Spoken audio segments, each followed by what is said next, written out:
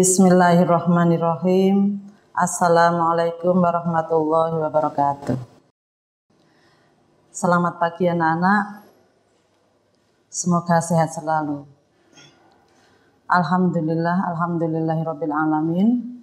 Pertama-tama, marilah kita bersama-sama memanjatkan puji syukur kehadirat Allah Subhanahu wa taala, yang mana Allah telah banyak memberikan beberapa kenikmatan yang berwujud kesehatan sehingga kita bisa bertatap muka walaupun melalui daring. Tidak lupa yang kedua adalah sholawat serta salam kita haturkan kepada junjungan Nabi besar kita Nabi Muhammad SAW yang telah mengantarkan kepada kita dari jalan kegelapan menuju jalan yang terang benderang ini, yang mudah-mudahan bisa memberikan syafaatnya besok di hari kiamat. Allahumma amin. Untuk yang selanjutnya anak-anakku sekalian, saat ini kalian belum bisa masuk sekolah dengan tatap muka. Pembelajaran dilakukan secara daring atau tetap belajar dari rumah. Tetap jaga kesehatan dengan cara jaga jarak, rajin cuci tangan, dan jangan lupa kalau keluar memakai masker. Dan yang terpenting adalah selalu ciptakan suasana hati yang senang, karena dengan hati yang senang, imun kalian akan meningkat sehingga kalian tidak mudah terserang oleh penyakit. Untuk yang selanjutnya, perkenalkan, saya nama Ibu Muyasaroh yang biasa dipanggil dengan Ibu Muyas.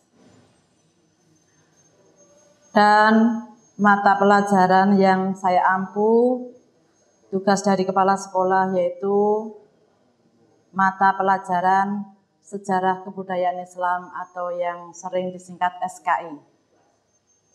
SKI untuk kelas 7 dan kelas 9. Anak-anakku sekalian, materi mata pelajaran SKI untuk kelas 7. Secara ringkasnya akan saya berikan gambaran agar anak-anak punya bayangan. Apa toh materi mata pelajaran SKI yang akan dipelajari kelas 7 di SMP Al-Muayyad. Yang pertama adalah mengenai dakwah Nabi Muhammad SAW, baik periode Mekah maupun periode Madinah. Yang akan dibahas dalam hal ini, yang pertama, kita harus kenal terlebih dahulu biografi daripada tokoh Nabi Muhammad SAW, dari mulai lahir sampai beliau diangkat menjadi Rasul. Setelah Nabi Muhammad diangkat menjadi Rasul, maka perintah untuk dakwah harus dilakukan. Maka ketika Nabi Muhammad berada di kota Mekah, pola dakwah yang dilakukan oleh Nabi Muhammad SAW ada dua pola, yaitu yang pertama dakwah secara rahasia dan dakwah secara terang-terangan. Dan untuk yang ketiga adalah diceritakan ketika beliau berdakwah di kota Mekah, banyak gangguan, hinaan, dan ancaman, bahkan penindasan yang dilakukan oleh orang-orang kafir Quraisy terhadap Nabi Muhammad SAW.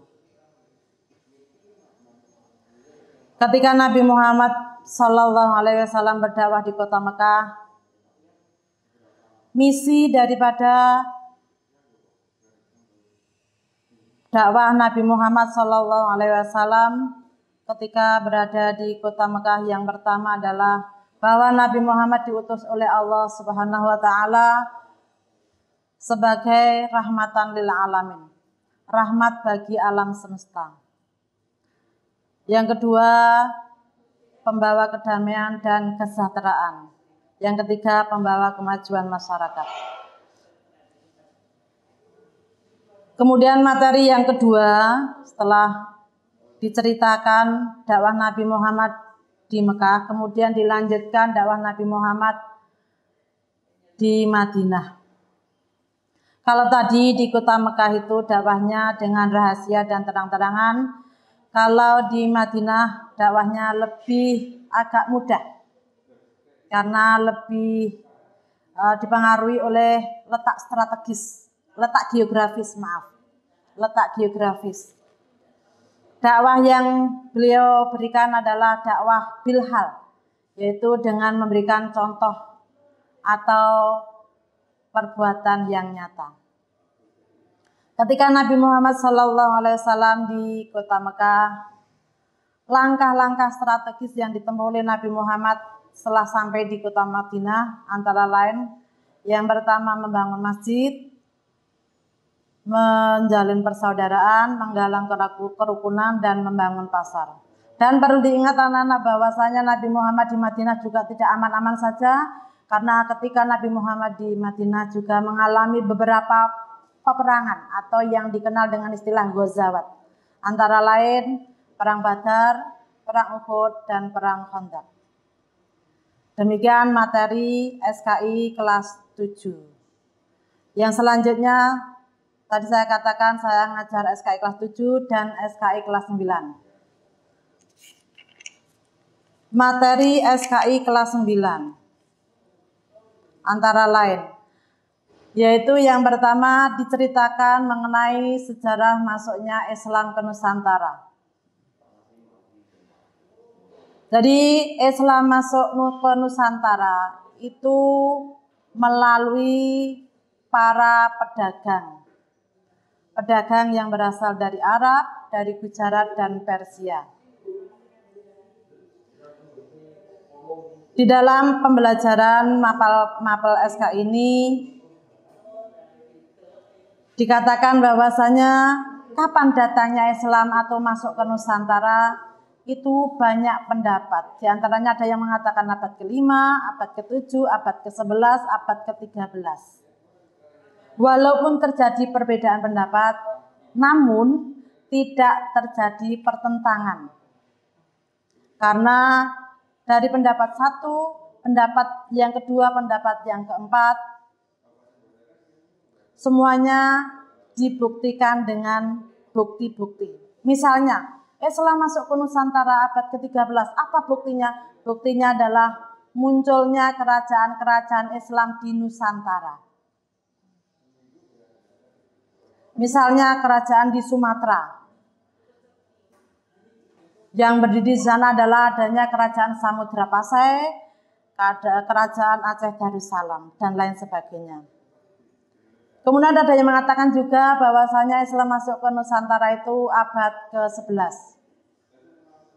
Dengan dibuktikannya adanya makam Fatimah binti Maimun.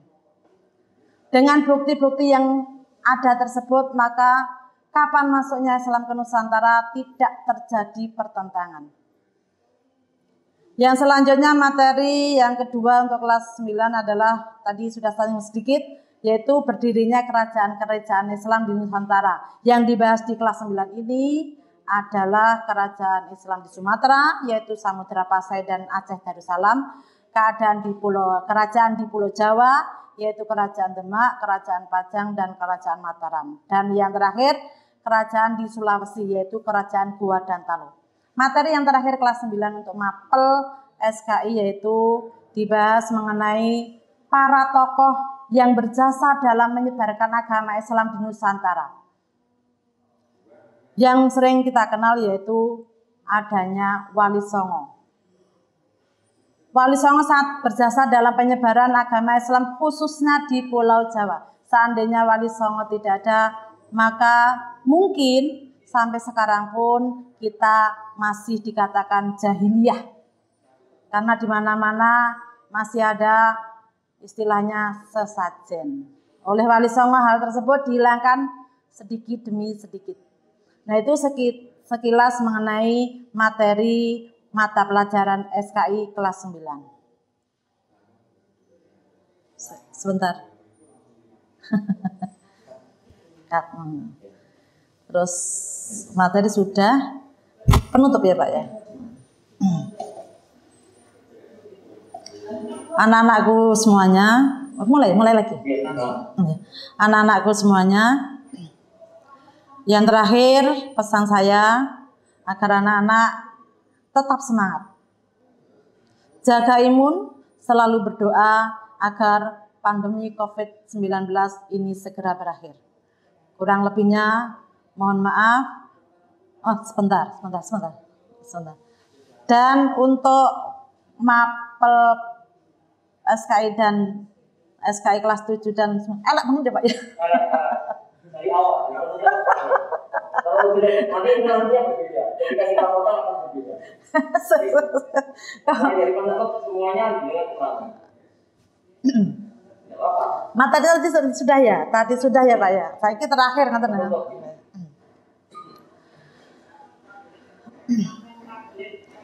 Yang terakhir, tidak lupa saya sampaikan untuk pembelajaran materi saya, yaitu agar anak-anak menyiapkan 2 buku tulis. Yang pertama untuk menulis rangkuman materi yang saya berikan. Yang kedua untuk tugas. Jadi nanti anak-anak ada tugas di bawahnya, di samping nanti ngirimkan secara daring juga ditulis. Barangkali nanti di pertengahan perjalanan kita bisa masuk. Kemudian yang terakhir,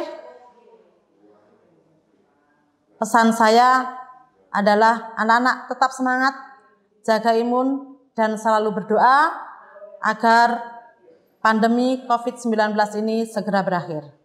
Kurang lebihnya mohon maaf. Wassalamualaikum warahmatullahi wabarakatuh.